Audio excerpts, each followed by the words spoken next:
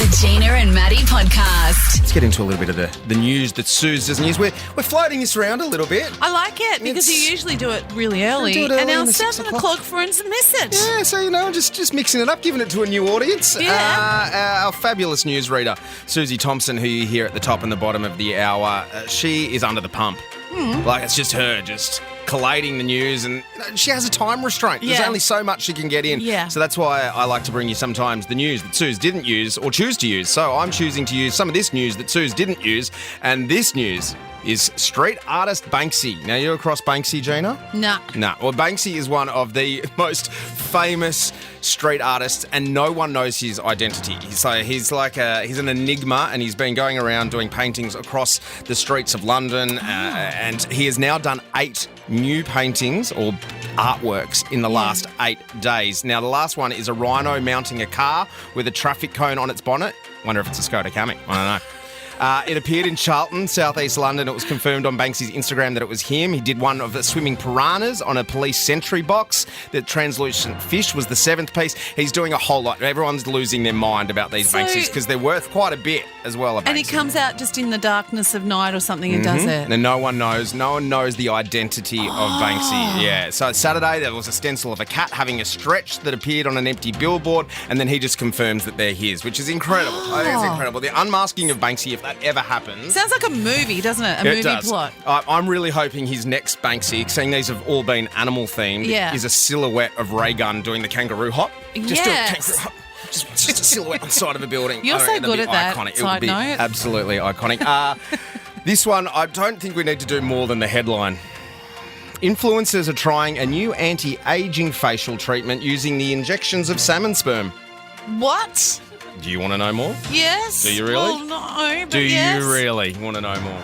You're gonna tell me whether I want to or not. Gosh, the process involves extracting polynucleotides from the gonads of salmon.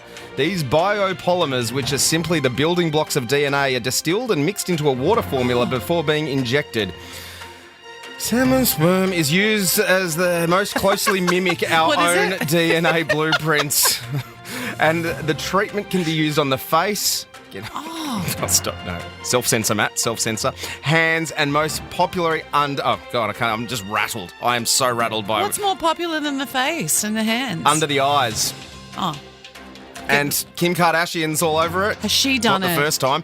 And Jennifer Anderson as well, apparently, doesn't mind a little bit of this new really? Just look, be happy you're aging. It's a gift. It is. Would you try it though if someone said, look, if you were wrinkly, because you're not wrinkly. No. But if you were. No. See, blokes could look good with wrinkles. That's the unfair part of the planet. When we went to Thailand for a radio show once, and everyone sat at one of those spas and put their feet in the thing where all the fish come and eat the dead skin off your toes. You I was can't like, even do that. Not doing that. Nah, I'm not mucking around. No, yuck. I don't want fish sucking on my toes.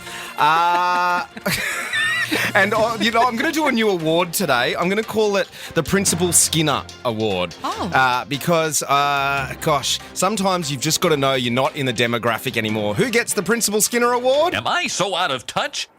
No, it's the children who are wrong. It goes to Peter Fitzsimons, who tweeted out yesterday, is Snoop Dogg one of those rare singers who is much more famous than his actual music?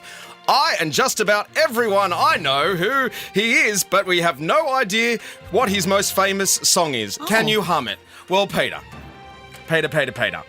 His debut album was the most pre-ordered album in the music history at the time of its release. We got Gin and Juice. We got What's My Name? We can drop it like it's hot if you want. Snoop.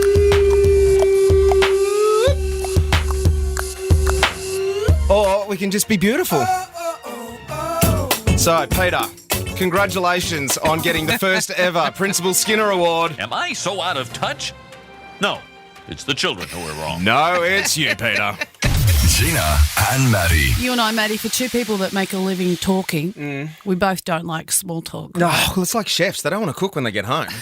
It's like, they just have a toasted sandwich. My brother was a chef and he'd do like split shifts, do 18-hour days and come home for, a couple hours in the middle of the day and he'd be like, nah, I'm not cooking. I'm just going to have a toasted sandwich. Oh, but small talk's just the worst. Yeah, it is. It's difficult. So I've had a few things. One time when I was, back in the day touring, this guy came up to me and we used to go out and meet them after the shows and stuff and I'm signing something. He goes, oh, you're left-handed.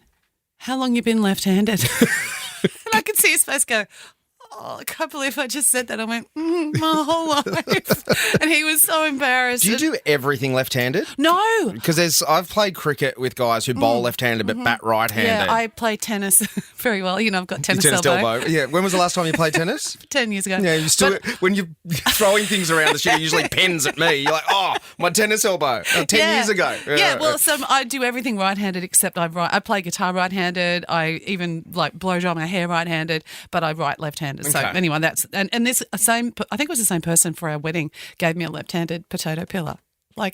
Just a fan person sent me this wrapped up.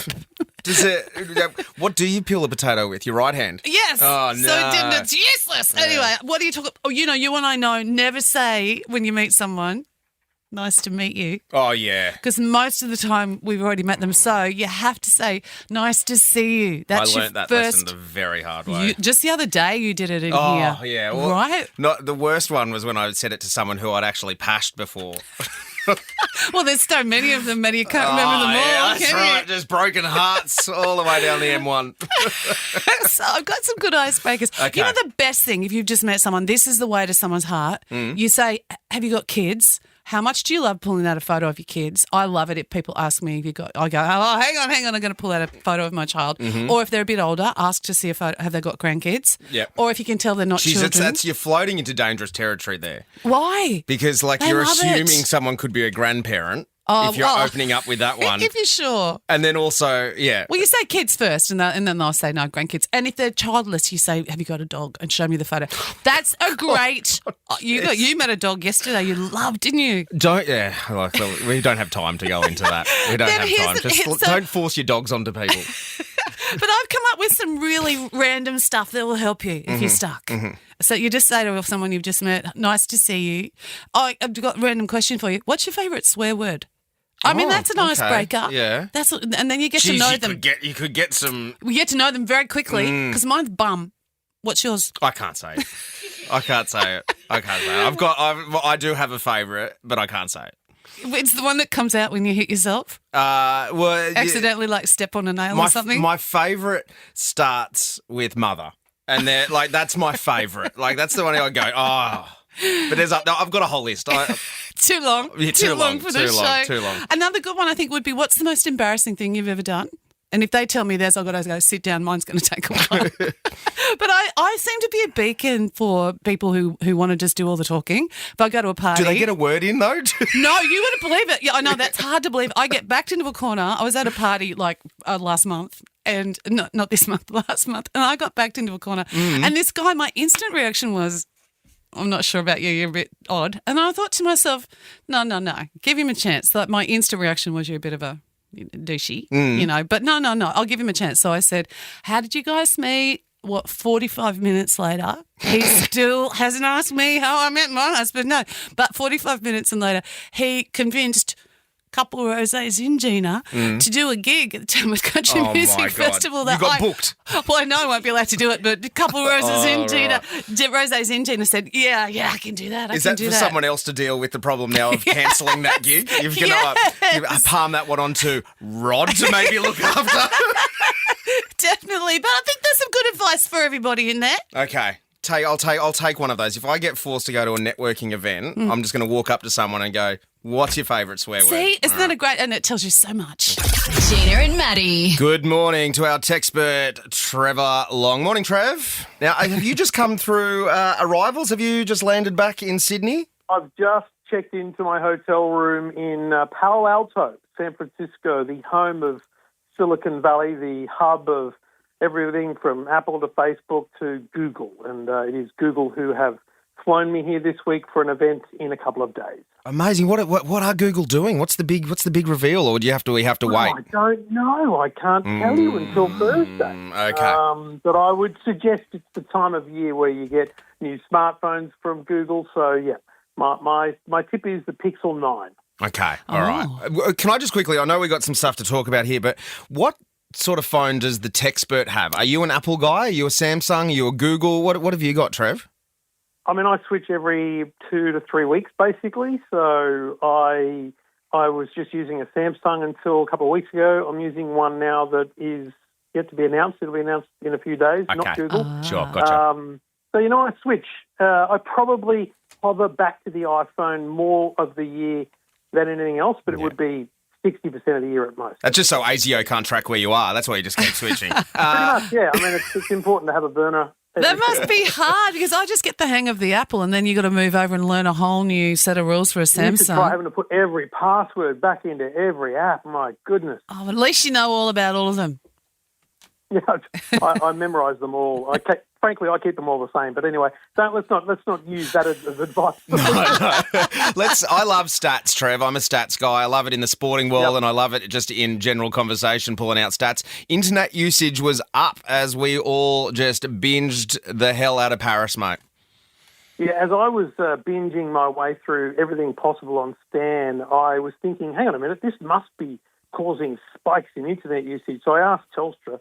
Telstra reported to me that they had spikes of up to 20% during the big swimming finals. Mm-hmm. They gave me a list of them. They're all up at EFTM.com. But basically, those big medal moments really spiked the internet. The other one I asked Aussie Broadband, who I think they're a great company because they're literally Aussie people, Aussie call centre, everything. And so I knew that they'd be able to pull some stats. And they gave me a graph, 2 weeks internet usage, the week before the Olympics and the first week of the Olympics. And it's like looking at an ECG with an elevated heart rate for the second week. It's phenomenal to see a direct impact on internet usage for the big apps like 9Now and Stan when the Olympics turned on. So, yeah, I would say 20% will be the stat to keep in your head in terms of internet usage, and both Stan and 9Now, from what I've seen by these internet providers, probably had jumps of 30 to 40% in usage. Yeah, Makes sense. Makes complete sense. And Foxtel is for sale. Can anyone buy it, or what's the go?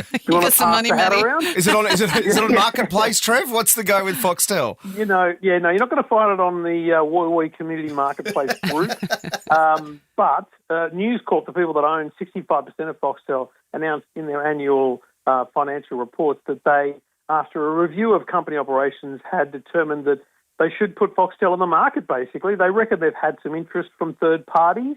I've speculated that it could be anyone from Optus to Channel 9 or Channel 7. It could just be a third party, one of those, what do they call them, equity companies that buy businesses and shred them. If you were to buy this business and shred it, you would get rid of the old Foxtel. You would keep KO, Binge, you would keep all the sports rights, but you'd get rid of all those boxes and the satellites and all that stuff because it's just a huge cost burden. So it'll be fascinating to see how it plays out if Foxtel does get sold and just who buys it. Maybe Optus would be a good buy. I think Channel 7 are pretty busy today, I reckon, Trev, after last night's Four Corners. And just quickly, Telstra TV. I didn't realise it was still a thing. It is. There's about 600,000 to 800,000 of these things around Australia in people's living rooms. If you've got a Telstra TV, it will stop working on November the 1st. And I mean legit, it just won't do anything. No apps will work, no nothing. So I assume Telstra had a license fee to the little box that they brought into the country called Roku. And so that ran out. And so they're now offering people fetch boxes. Look, I've listed a bunch of options for you at EFTM.com because for most people, probably a Google Chromecast is the best way to go to replace your Telstra TV. Beautiful, Trev. We cannot wait to speak to you next week and find out exactly what's going on in San Francisco with Google. Let us know. Have a great trip, bud. See you, mate. Bye. The Gina and Matty Podcast. For more great comedy shows like this, head to novapodcast.com.au.